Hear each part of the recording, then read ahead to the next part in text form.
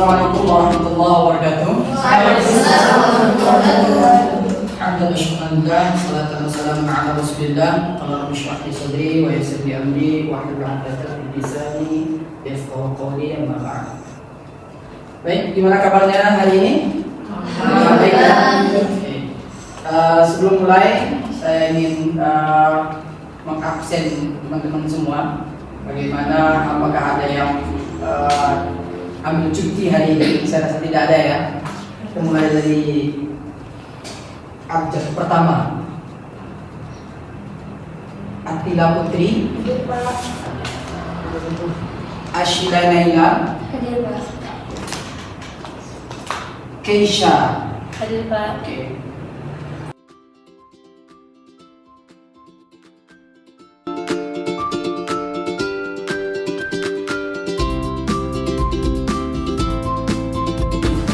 Baik, teman-teman semua, sebelum kita masuk ke materi, terlebih dahulu saya akan sampaikan tema kita hari ini adalah hadis, strategi, dan materi dakwah. Ini merupakan salah satu tema yang sudah saya sampaikan di RPS pada MK hadis-hadis dakwah atau komunikasi ini.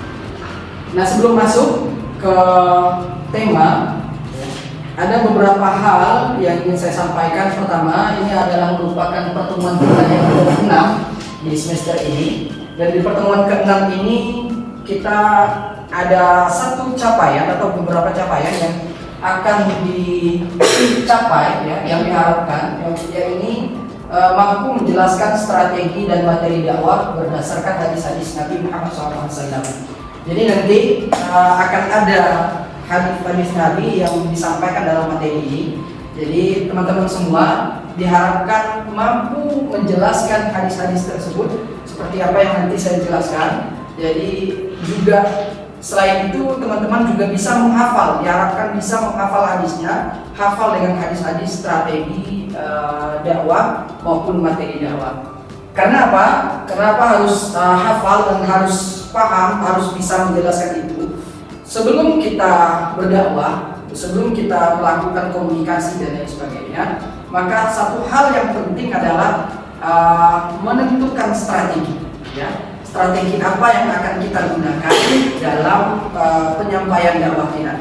Karena strategi ini merupakan salah satu faktor utama keberhasilan dari dakwah yang kita sampaikan. Kalau strateginya salah, maka pesan dakwah itu juga tidak akan sampai kepada mana, tidak akan sampai kepada audiensnya. Tapi kalau strateginya benar, tepat, ya, kalau strateginya benar dan tepat, maka apapun pesan yang kita sampaikan, insya Allah bisa dipahami oleh audiensnya, ya, insya Allah bisa diaplikasikan oleh audiensnya. Karena ini adalah salah satu hal yang paling penting ya dalam menyampaikan dakwah. Salah satunya adalah menyusun strategi atau siasat sebelum kita turun kepada audiens. Yang kedua, yang tak kalah pentingnya adalah materi dakwah. Nah, materi dakwah juga penting untuk kita siapkan terlebih dahulu sebelum kita melakukan dakwah. Apa materi yang cocok kira-kira untuk audiens, untuk mad'u yang akan kita sampaikan, ya. Jadi dua hal ini tidak bisa dilakukan. Oke, baik teman-teman semua. Nah, ini adalah salah satu hadis yang menggambarkan tentang strategi dan materi dakwah. Ini hadis ini diriwayatkan oleh Imam Bukhari, termaktub di dalam kitab Sahih Bukhari. Ini hadis juga cukup familiar bagi kita karena hadis ini adalah hadis yang mendasar, hadis pokok, ya. Karena di dalam ini membahas tentang 3 aspek, iman, Islam, dan ihsan. Kita lihat, ini adalah hadis dari Umar bin Khattab radhiyallahu anhu. Yang menarik adalah redaksi hadis ini, ya, cerita atau kisah yang terdapat di dalam hadis ini sangat menarik bagi kita di prodi komunikasi dan penyiaran Islam. Apa itu? ada sebuah cerita yang disampaikan oleh Umar bin Khattab. Bainama nahnu 'inda Rasulillah sallallahu alaihi wasallam dzata yaumin ittala 'alaina rajulun shadidul bayad thiyabi shadidus sawad sya'ri la yara 'alaihi athar as-safar wa la ya'rifuhu minna ahad hatta jalasa ila Nabi sallallahu alaihi wasallam fa asnada rukbatayhi ila rukbatayhi wa wada'a kaffayhi 'ala fakhidayhi. Nah, ini yang menarik. Apa yang menarik? Pertama bahwa ketika Rasul sedang duduk bersama para sahabatnya, datang seorang laki-laki dengan pakaian yang begitu bersih, bayar thiyabi, dengan gamis putih yang sangat putih, tidak ada bercak-bercak noda-noda kotoran.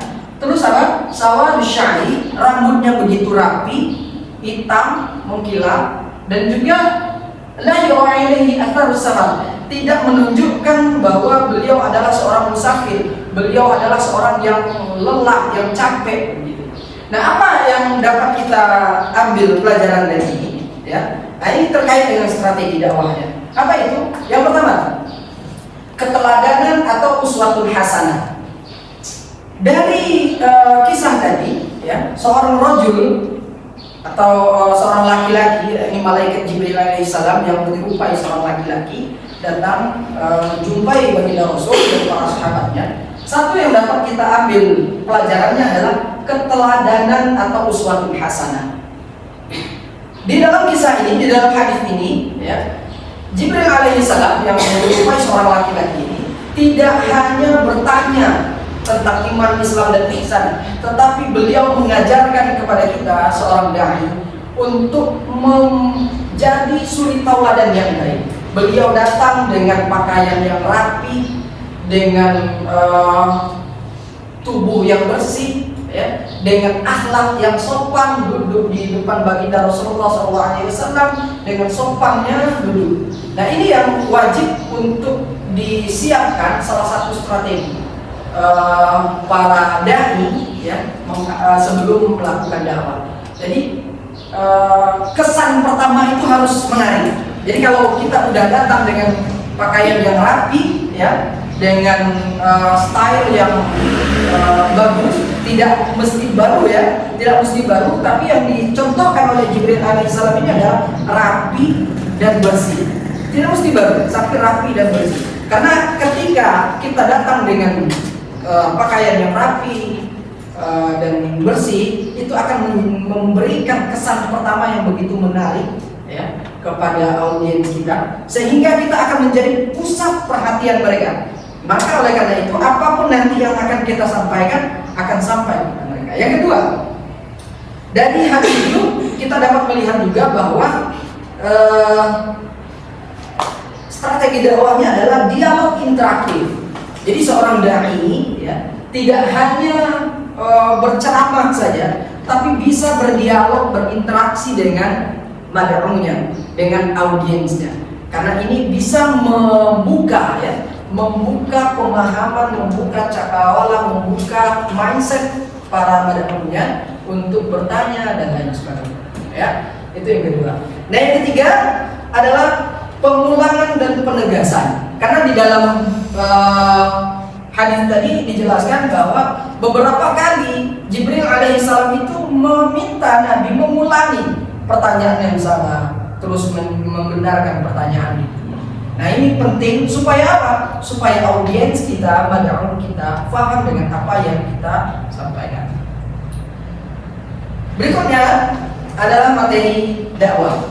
Nah, di dalam ini juga, di dalam hadis tadi kita melihat, ya, dari hadis tadi kita juga melihat apa saja materi yang harus kita sampaikan kepada mad'un kita, kepada audiens. Nah, dari hadis itu seperti yang saya sampaikan di awal tadi bahwa ada 3 aspek atau 3 komponen yang disampaikan dalam hadis itu.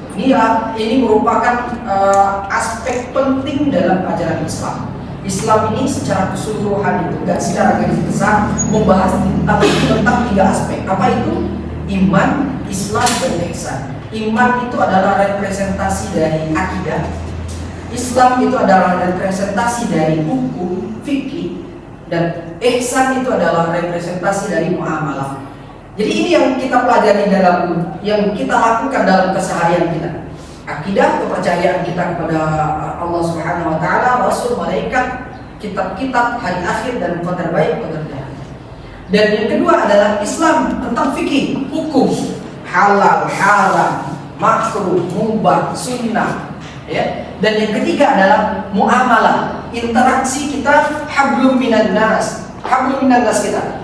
Hubungan kita sesama manusia, dan terlebih lagi adalah hubungan kita dengan sesama makhluk Allah Subhanahu wa taala. Jadi ini yang penting. Jadi menjadi seorang dai, ya, tidak muluk-muluk materi yang harus kita sampaikan. Cukup 3.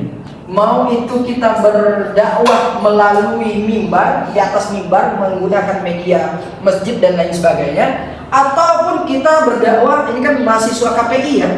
Mahasiswa KPI Komunikasi dan Penyiaran Islam tentu menguasai sekali IT, menguasai sekali teknologi. Jadi dakwah di masa sekarang tidak hanya berceramah di atas mimbar dan lain sebagainya. Teman-teman bisa menggunakan teknologi yang setiap hari makin berkembang, ya, menjadikan itu sebagai media dakwah teman-teman semua, mengedit sebuah flyer atau pamflet dan lain sebagainya. Di dalamnya ada muatan 3 unsur tadi.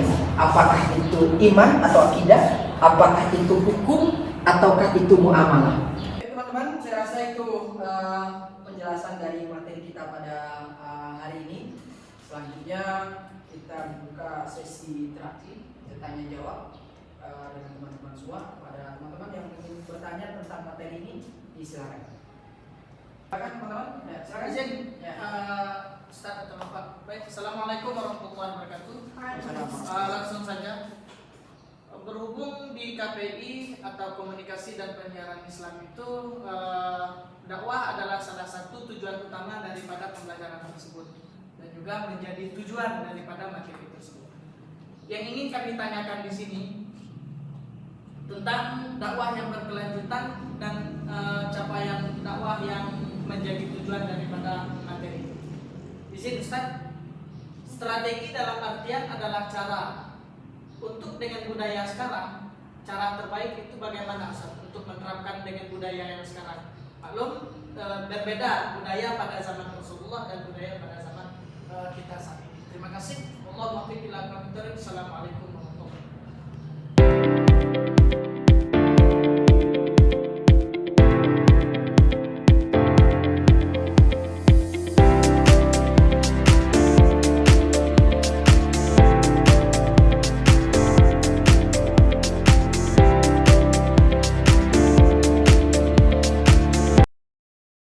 Teman-teman semua, saya rasa pertemuan kita, materi kita pada hari ini saya cukupkan sampai di sini. Sebelum saya tutup, saya sampaikan beberapa kesimpulan kita pada pertemuan kita pada hari ini. Dengan materi strategi dan materi dakwah tadi, ada beberapa kesimpulan yang penting untuk kita. Yang pertama, setiap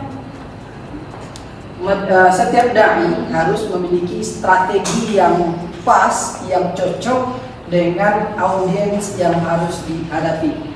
Yang pertama ada uswah hasanah, dari mulai berpakaian yang rapi, penampilan yang rapi, bersih, dan juga akhlak yang baik. Dan yang kedua materi yang cocok, ya, materi yang cocok untuk audiens atau mad'u kita. Dengan begitu, kalau ini semuanya sudah siap, strateginya cocok, materinya pas, insya Allah apa yang akan kita sampaikan akan sampai dan akan diterima dengan baik oleh audiens atau mad'u kita. Baik, teman-teman semua, saya rasa cukup sampai di sini pertemuan kita pada hari ini, pertemuan ke-6. Dan sampai jumpa di minggu depan di pertemuan ke-7 dengan materi yang baru lagi, materi yang selanjutnya. Dan saya harap teman-teman semua untuk mengulas materi yang akan kita bahas di minggu akan datang. Terima kasih. Hayya bina nahtatim bilhamdulillah. Assalamualaikum warahmatullahi wabarakatuh.